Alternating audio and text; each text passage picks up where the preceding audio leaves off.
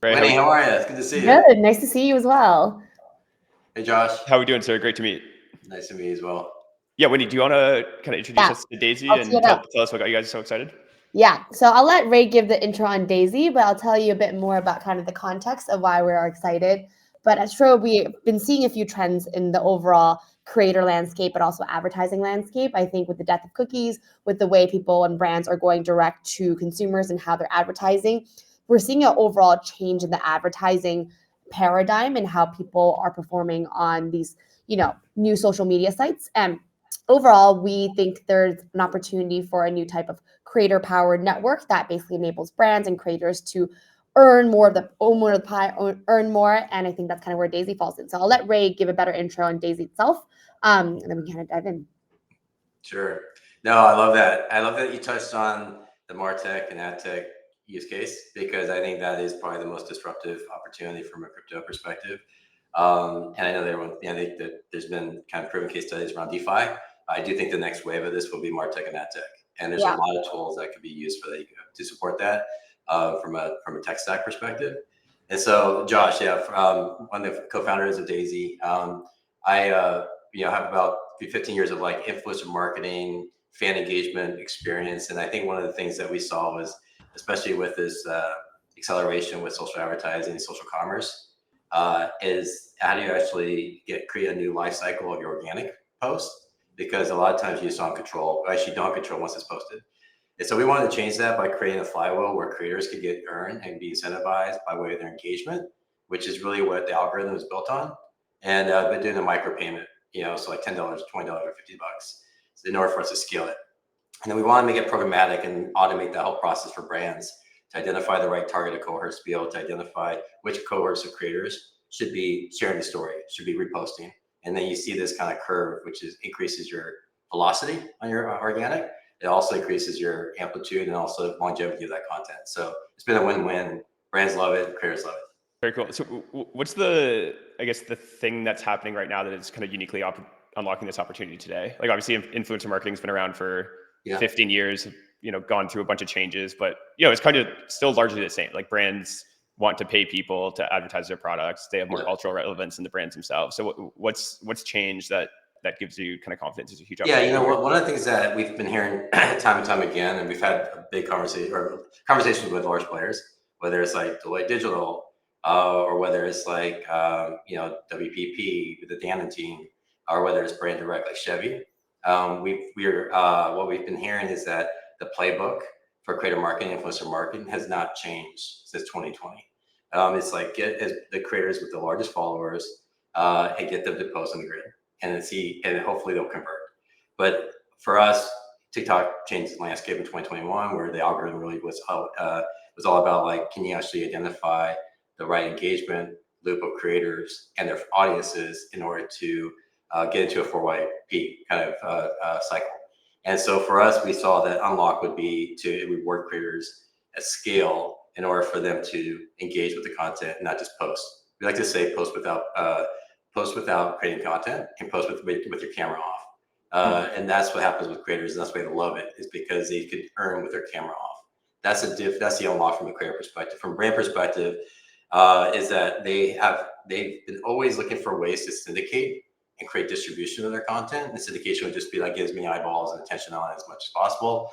But there's no real programmatic way of doing that. You really have to chase creators to do this and that, and just the administrative headache of chasing drafts and content to be able to, or them to post, let alone engage, is right now is impossible. So we just create a programmatic way to get like 50 creators that have 1 million followers each to be able to share the story, and you get this instant amplification based on that distribution, and then you start increasing that engagement because your audience now sees that content. In some ways, Daisy's kind of almost enabling a new model for these creators to go direct, expand, and monetize their reach in a way they wouldn't otherwise be able to do, right? I'm curious because it's like, I don't really call you guys like a DPIN company, but in some ways you guys actually are and have almost built this like DPIN network of creators without even turning on your token incentives because you're using just actual dollars to kind of bootstrap the cold start problem. How do you kind of think about that like kind of comparison and with this Daisy chain that you've kind of created, and how does it mirror kind of other DPIN companies? How do you think about leveraging some principles from those types of businesses that are great products, but maybe terrible assets, like, tokens and assets? And how do you think about applying it to kind of the Daisy brand creator network? Yes. So our first investor, our first check, our first 250K check was from EV3. As you know, they've been leaning in heavily on DeepIn. And I give credit for Mahesh and Sal for looking at this from a network perspective and looking at creators as like human capital and then being a node, if you will, to be able to actually coordinate and amplify content. And so, one of the things that we lean on a little bit is like, we want to be the first dApp lovin'. We don't want to be app lovin', we want to be the first dApp lovin'. And so like, for us to do that, you have to create an ad exchange. If for you to create an ad exchange, you have to have human capital or essentially human networks to be able to coordinate scale. And obviously more targeted when you actually have campaigns that are running. And so a lot of the things that we're really focused on is how can we make this more programmatic and more automated, because creators traditionally haven't been programmatic. If you talk to any brand, running an influencer marketing campaign usually takes 60 days, and successfully and efficiently. And so we could create and launch a campaign like same day and have like 100,000 views on your organic because we have the right creator networks. They're operating as nodes, if you will, and then have them price targeted, eventually have a dynamic pricing. And then in terms of like how we're thinking about the token, and I'll probably get this later, but like how do we incentivize that loop with creators, not just to earn brand dollars, but also for them during the Daisy token? And then how do we tap into their audiences, which is something we're working on right now. I mean, yeah, let's get into the token. Tell us how it fits into the vision for the platform. Yeah, so one of the things we kind of took this approach. So I've been advising audience since like 2000, I guess 19 when so quite a bit. So that was my first kind of foray into crypto. And then I also been advising Pixel Links, which they just launched the Black Mirror token, leveraging IP. So like from my perspective, I wanted to build a product that would actually leverage Web2 creators first and Web2 brands first. Because we built this on Web2 Rails in terms of just getting that product market fit, generating about 2 million GMV this year, 8 million GMV next year is on target, and paying out about anywhere from 100 to 200K a month to creators.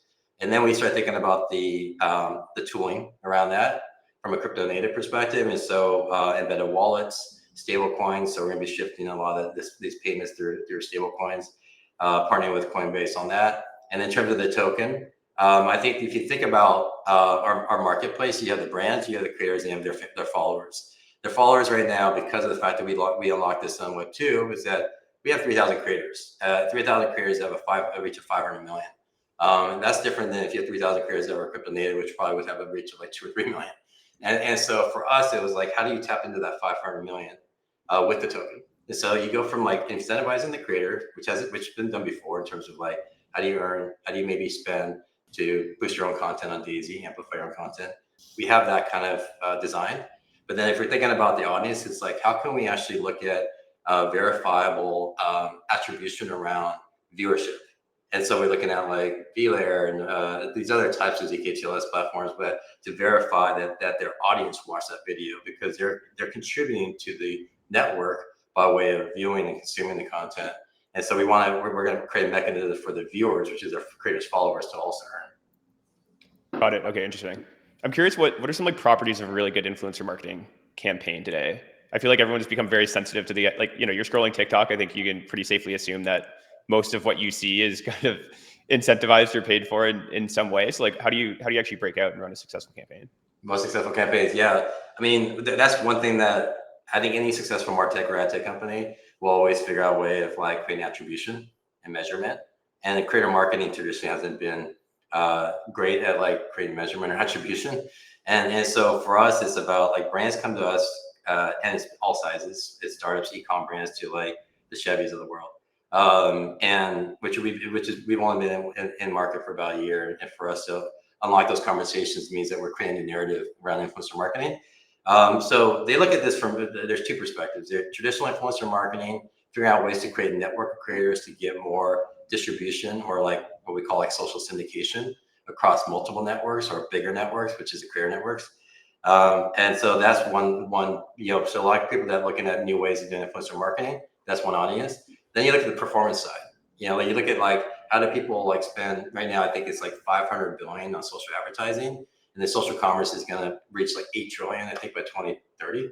And so if you look at that trend, look at ways for people to amplify their affiliate content and way to spend. So we look at brands that are spending with us are almost spending the same way they were spending with paid ads on the platform, because they're optimizing for CPCs, cost per click, they're optimizing for cost per view, they're optimizing for CPMs, and we're delivering and we're beating platform rates. So our CPV, for example, is like a 2 cent, 1 to 2 cent right now, CPV. You ask like a marketer over at like Universal Music Group, they're targeting anywhere between 5 and 8 cents. Some are hitting like 15 to 20 cents, which is what they're getting on the platform. So they're seeing success based on the measurement of what we're able to deliver on the amplification, the incremental views that we're able to get. But not only that, you're able to get to target audiences.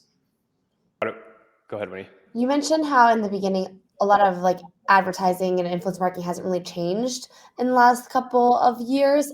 In 2-3 years, how do you think that will look like with more like ZKTLS being leveraged in the advertising world and by platforms like you guys? How do you think this is going to change the shift of either the power that creators hold, that brands hold, or that even like big tech companies like the Metas, the TikToks of the world? Like how would this shift the power dynamics? Yeah, people care about?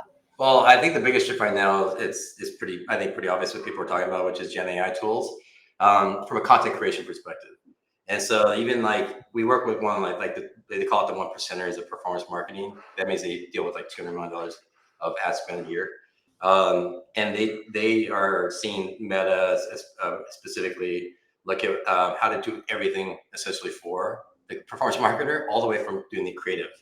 And so they're doing the creative, they're doing like the whether it's like a static asset, whether it's a video, and then they're just running it through in terms of like a PayPal campaign that targets a certain audience. So I see that continuing, just leveraging AI and to be able to reflect on the creative side. And we've always said that when we talk about like minimizing your need for creating content, like we had a successful campaign with Centauri, the whiskey brand, recently. They had 2 images that were Gen AI. 2 static images, and each of them performed like 40K views each. And this is for a new cultural site that they launched called Sit Back to Japan. So that tells me that they spend $0 on those pieces of content, and they perform just as well if they spend $20,000 on a piece of video. And so I think that trend, for example, is absolutely happening, which we would win in that case as well. I think targeting is another one. I think just being able to retarget is super hard, and I think that's one of the things that like Meta and TikTok is focusing on. But a lot of times when you spend, brands see the drop off on the fact that you're hitting the same people and not necessarily getting the new audiences. Whereas we could target based on audiences based on the creator audience, not necessarily just like stream it through like a ad platform or Meta or on TikTok. So I think targeting is a big one as well. I think that more and more people are going to want to hit targets, but they're net new targets as well. So we're gonna solve that, and I think that's where we're going to leverage ZKTLS is be able to get more and more attributes like watch history data to story view data, and once we get more of that, the information as we generate more campaigns, we're going to be able to actually get more validation and verification on the target audiences based on their consumption and based on the fact that they're engaging with the content for the brand. Do you think about the creator capital markets Meta? Is this the future of the creator economy, or is this just another mass delusion by crypto? You're talking about like Zora or like like creators having coins for streaming or posting. Or... Yeah, I think I watched those episodes with Jacob and also with Cooper. Cooper was an advisor at Audius when I was an advisor as well. So like I saw him just dive right in to solving that problem early on. I think my view is that, I'm biased because our approach is going to be a little different to this. I think if we're going to create liquidity pools around the creator, our liquidity pools are going to be based on the value that they contribute to a brand and to a post. So that's going to be the profile level. It's going to be at their audience level. It's not going to be at the post level. Yeah. And so from our point of view, it's going to be incentivize the people that are contributing, which is the people that are following, and the creators, and actually look at the value of what the creator is generating net new to the brands via Daisy. Yeah, I mean, I think the holy grail for all this stuff is, economic alignment with the success of, a company or a creator or a meme, right? And I think being able to back the success of the token by their desirability to partner with them, or the economic value of their audience, I think makes a lot of sense. Yeah, that's right. Yeah, correct. Got it. Very interesting. Winnie, any last questions for Ray before we let him go? No, I think that's great. Thanks for coming on, Ray. Ray, I appreciate you jumping on, man. So if people want to play with Daisy, it's live in the App Store, right? And you can just sign up and have fun. It's live in the App Store. It's just if you search Daisy, it ranks pretty high, which is great, both on iPhone and also on Android. And you can also follow us on Twitter at DaisyPay app. And you can always hit me up. I always give away my Telegram. I know I get spammed by this, but this is good. Is at Hollywood_Ray, and that's for a separate podcast. I'll explain that story later. Perfect. Ray, I appreciate you jumping on, man. Thanks, Josh. Really. Yeah. Right. Bye. See ya.